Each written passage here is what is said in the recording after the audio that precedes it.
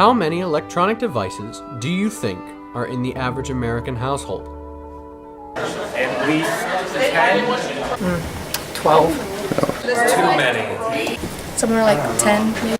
The answer might surprise you. It's slightly larger than you might expect. We counted in one home and found at least 25 electronic devices. 25! Hey, even this intro wouldn't be possible without electronic assistance. I think we're gonna have to turn the lights back on. So how much do electronics play a part in our daily lives? How much do we depend on them? And what would your daily life be like if you never had them at all?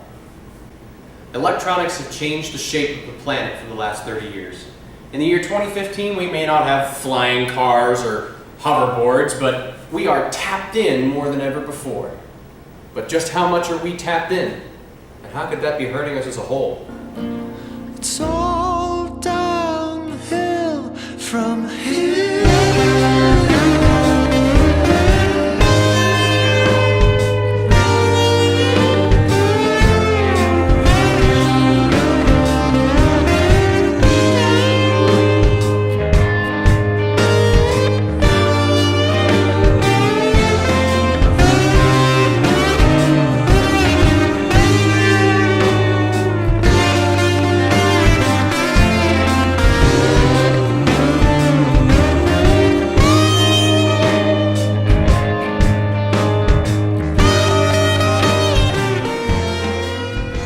We asked some students basic knowledge questions and asked them to answer them without using any technology for help.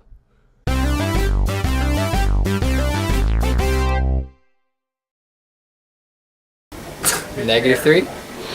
4. 1. Wednesday. W-E-W. N-E-S-S. G-O-Y.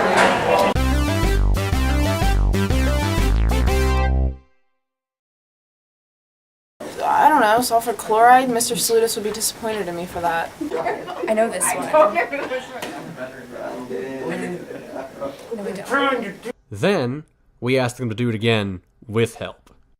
For some, using technology proved more difficult.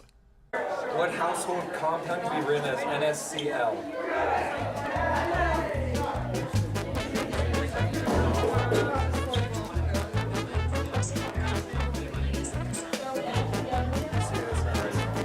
Siri, what household compound can be written as NaCl? NA. NaCl.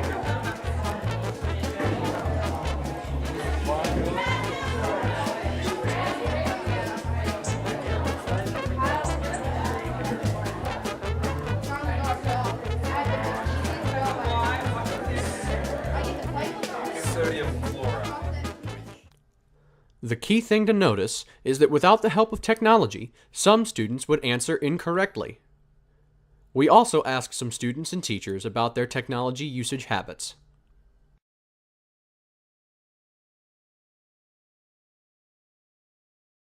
Too many?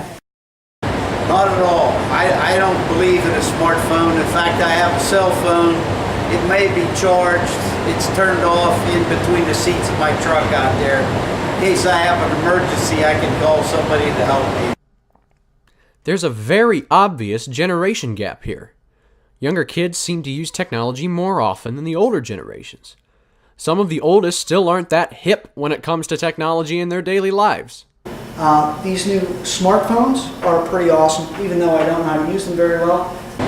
Well, I think when students get out into the real world, when they leave school, whether it be for additional schooling or some kind of job, they'll be using and expected to use computers. So me personally, I think it's good that they practice with them now. And starting out the young people with a computer in elementary school is definitely the way to go. They're not inhibited by the computers at all, and their kids teach me everything I know about a computer. Some kid around this high school taught me, because I get so far and say who's smart, who can help me, and kids are always willing to show you how smart they are. And How has the invention of a smartphone changed your daily life? I am not technologically savvy. I still struggle with it. Technology has obviously advanced to the point where it is a very important part of most everyone's daily life. But how has this impacted the education process? What has the advent of technology in schools done for us, and how has it hurt us? When I started teaching, we were using slide rules. And so it was really hard to teach kids how to do math on a slide rule. And all the math we had to do, like had to go into scientific notation so we could use slide rules. So that was really hard to do. So then we actually kind of went away from technology for a while, which made my life easier. And all of our graphs would always cross at beautiful places like 1, 1. Then we started to get graphing calculators. These things came out in like 1986. It's made my life easier because I can look at graphs now on here and I can have them move. Like I can have parabolas go like this, so you see what the number in front does to the parabola. So it's made life easier and the kids can see really in depth what's going on with the graphs. But it's also made my life harder because now they don't cross at 1, 1 anymore. Now they're crossing at like horrible decimals. And so we're having to solve them that way. I guess it's being more exact and it's being more real life. It's just not easier. You really can't do a whole lot with just Algebra 1, but if you have a graphing calculator, then maybe you can make Algebra 1 a bit more applicable to kids in their real lives and things like that, because they can do cooler stuff on the calculator they can do without it. It has made my life a little bit harder because kids want to use the calculators on their smartphones. And so today when we were doing probability, we could look on our scientific calculator and find a button to do probabilities, but it's not on their smartphone. So they're not taking my calculator home with them. So I had to teach them how to do the problem on my calculator, and then I had to teach them how to do the problem on their smartphone, because that's what they're going to take home. And I don't blame the parents, because the parents are like, I'm not going to buy you a calculator, there's one on your phone. Well, that's right. But you can't use your cell phone calculator on the Keystone. So I got to teach you how to do it on your cell phone so you can do it at home, and I got to teach you how to do it on my calculator so you can do it on the Keystone. So now I have to teach you double. Well, there's a lot more things that I do that are electronic now, so it's kind of sped up my communications with others. Just in the last 5 years, I think the iPad coming into its own over the last 5 years has had a big impact on some of the apps I use. Some of the kind of the processes that I go through are much more electronically driven now. There's actually kind of two things that have happened with calculators that's been a very comical process for me to watch as a principal. I always get now parents and grandparents complaining you don't teach kids how to do math anymore, you just teach them how to use calculators, and that's wrong. And it's why teach someone how to do something that they can get the information on, just by Googling it. But then in my previous district where we went one-to-one with iPads, kind of the unintended consequence was all of our students were using calculators on their iPads and weren't actually carrying calculators. So when it came time for the Keystone exam, none of our students had calculators because they all had it on their iPad. We were like, oh, now we have to go out and buy 100 calculators so they can actually use it. We can give people tools and they can choose to use them for good, or we can give people tools and they can choose to not do a whole lot with them. So I think having a one-to-one program is a good thing. I think we can do a lot more with it in terms of engagement, in terms of making that a more meaningful part of our students' day. But at the same time, will there be those students who think, oh, I can procrastinate, or oh, I can plagiarize, or that kind of thing? Yeah, you're always going to have that. But with new technologies, you have to be careful, but you also have to kind of embrace the moving forward. I remember when we went one-to-one with iPads in Berlin, teachers were all excited because they're like, oh, what's going to happen if our kids can instant message one another? What are we going to do? Well, kids can pass each other with notes with pencil and paper too. It doesn't mean we take the pencil and paper away. So now because you can plagiarize easier, it doesn't mean we take the technology away. It just means we need to find new ways to kind of guard against that. That's why we use things like Turnitin.com. That certainly has helped significantly in trying to catch plagiarism.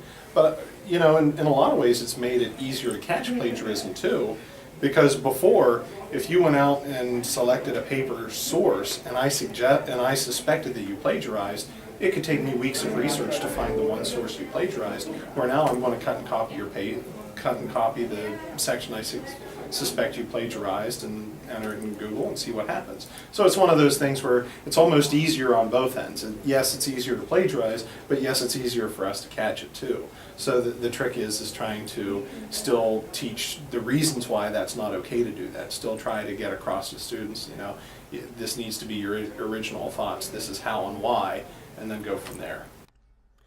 Now, obviously, technology has done a lot more for us than against us in the past 30-some years. I think that it has given us an option to have a lot of newer classes. We offer a lot of new things that we didn't have 5 years ago. The app design class that we have, we are able to actually program our own apps, and because we have the tablets and almost everybody has an iPhone or a smartphone, we can download them right onto their devices, and we've used a lot of new technology that we didn't have 5 years ago. In our robot, we were able to program an Arduino board and hack a PS3 controller to use it. I think that I have been able to incorporate a lot of math and a lot of higher level math into my classes. Like, we use sine and cosine and tangent in my programming. We use radians. There's a lot of math that I incorporate that's actually like the applied math. So kids get to see how they can use it and use it in programming a lot. I think that kids and a lot of adults look something up online, and just because it's online they think that it's true, they think that it's accurate, and it's not. And just because it's there, you still have to continue to research. You can't look one thing up and say, oh hey, the internet says. I also think that people are getting their news so quickly that sometimes the news is out there and then it gets distorted, and because it was on the internet everybody believes it. So the real news isn't out there. People aren't digging and delving into things the way that they should. Plagiarism and cheating has always been an issue. It's just now different because we as teachers can look online and find quickly where the students have gotten their information, as opposed to go and looking up a book of where they copied it from. So I think that it's always been an issue, it's just now a different issue.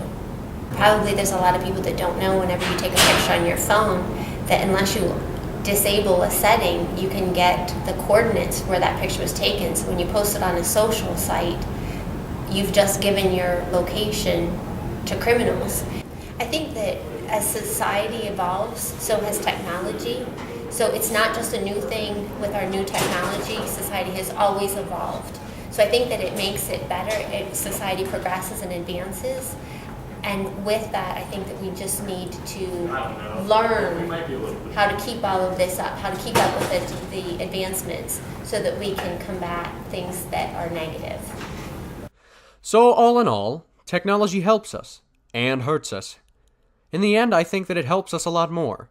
From daily chores to educational reform, technology has been a positive influence on our lives during the last 30 years and the dawn of the information era.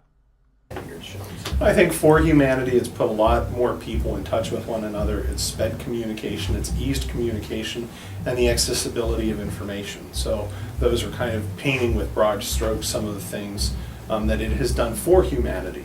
Where it's kind of negatively impacted humanity, I would look at it and say, you know, now people are anonymous. It's kind of made it easier to do things that are inappropriate or even things that are criminal. So it's created a lot more havoc in that way, where, you know, that's the negative consequence to the same source of progress. So again, some people have chosen to use that for really good things. Some people have chosen to use it for not so good things. Technology is a crucial part of our everyday lives. If we learn to embrace it, it can do wonderful things for us and help us learn in the long run. But we must also be careful not to rely too much on technology. For complete reliance can lead to a kind of learned helplessness. If we can find a balance between using technology and learning to live without it, humanity as a whole can thrive and coexist better in this globally connected world we live in today.